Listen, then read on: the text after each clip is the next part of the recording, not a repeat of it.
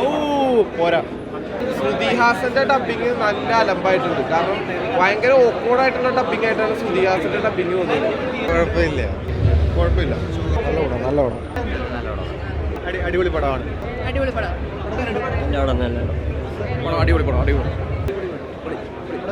പടം.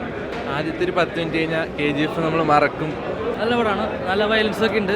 പാർട്ട് 2 വേണ്ടി വെയിറ്റിംഗ് ആണ്. പെട്ടെന്ന് തീർന്നുപോയി. സൂപ്പറായിരുന്നു. പ്രഭാസ് അടിപൊളിയായിട്ട് ചെയ്തിട്ടുണ്ട്. ഒരു തിരിച്ചറിവ് തന്നെ പറയാം. പിന്നെ നമ്മുടെ സ്വന്തം മലയാളത്തിൻ്റെ സൂപ്പർ സ്റ്റാറായ പൃഥ്വിരാജ് കൂടി വന്നപ്പോൾ ആ കോമ്പിനേഷൻ തകർത്തു. ഒരു രക്ഷയില്ല. സെക്കൻഡ് പാർട്ടിന് വേണ്ടി വെയിറ്റിംഗ് ആണ്. ഈ എല്ലാ റെക്കോർഡുകളും നോക്കും ഈ പടം. ഉറപ്പാണ്.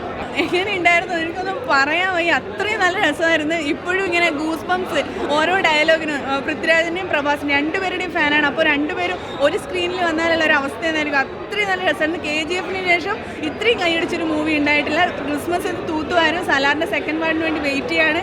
ഒന്നും പറയാനില്ല. ഒരു രക്ഷയില്ല. ഒരു ട്രീറ്റ്മെൻ്റ് ആയാലും ബാക്ക്ഗ്രൗണ്ട് മ്യൂസിക് ആയാലും ഒരേ പൊളി. KGF-ന് എത്ര എടുത്തില്ല. കാരണം വെച്ചാൽ അതൊരു വേറെ പാറ്റേൺ മോഡൽ. ഇത് വേറെ തീം ഓഫ് സ്റ്റോറിയാണ്. പിന്നെ പറയുകയാണെങ്കിൽ പൃഥ്വിരാജിനെ പറഞ്ഞാൽ എന്താ ഫസ്റ്റ് ഹാഫ് റോളില്ല. സെക്കൻഡ് ഹാഫിൽ പൃഥ്വിരാജ് പ്രഭാസിൻ്റെ ഒരു ബോണ്ടും അങ്ങനെ കുറേ ഉണ്ട്. പിന്നെ ഒരു ആക്ഷൻ ബാക്ക് മൂവിയാണ്. കാരണം വെച്ചാൽ പിന്നെ ക്ലൈമാക്സ് പിന്നെ മാത്രമല്ല ക്ലൈമാക്സിൽ ഒരു ട്വിസ്റ്റൊക്കെ ഉണ്ട്. പിന്നെ സെക്കൻഡ് ഹാഫ് വന്നാലാണ് നമുക്ക് ബാക്കി പറയാൻ പറ്റും. പിന്നെ പൃഥ്വിരാജ് പ്രഭാസ് നല്ലോണം അഭിനയിച്ചിട്ടുണ്ട്. തിയേറ്റർ എക്സ്പീരിയൻസ് ആണ്. എല്ലാവർക്കും പോയി കാണാൻ. നല്ല ആക്ഷൻ മൂവിയാണ്. KGF അത്രയും നല്ല അതിൻ്റെ പോലുള്ള ഒരു ഇത് തോന്നിയില്ല. പക്ഷേ കാണാൻ കൊള്ളാം. 3 മണിക്കൂറൊക്കെ കാണാൻ പറ്റിയ ഫിലിമാണ്. പൃഥ്വിരാജ് മറ്റേ അയാളെ കഴിയും കുറച്ചുകൂടി നല്ലതായിരുന്നു. പ്രഭാസിനെ കഴിയും കുറച്ചുകൂടി നല്ലതായിരുന്നു.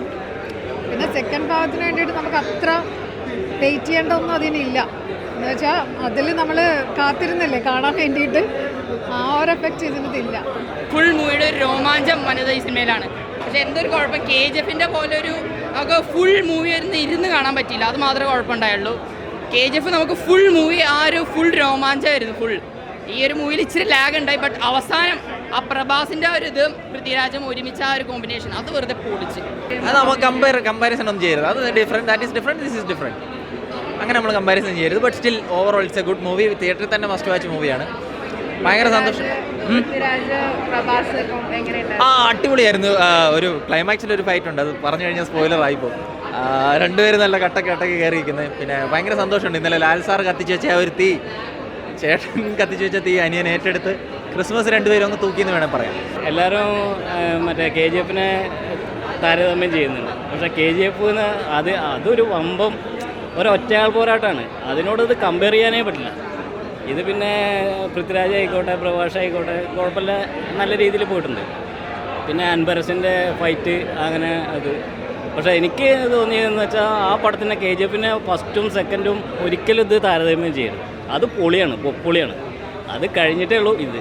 പിന്നെ പ്രശാന്തിൻ്റെ ഫ്രെയിംസ് കാര്യങ്ങളൊക്കെ നന്നായി തന്നെ വന്നിട്ടുണ്ട്.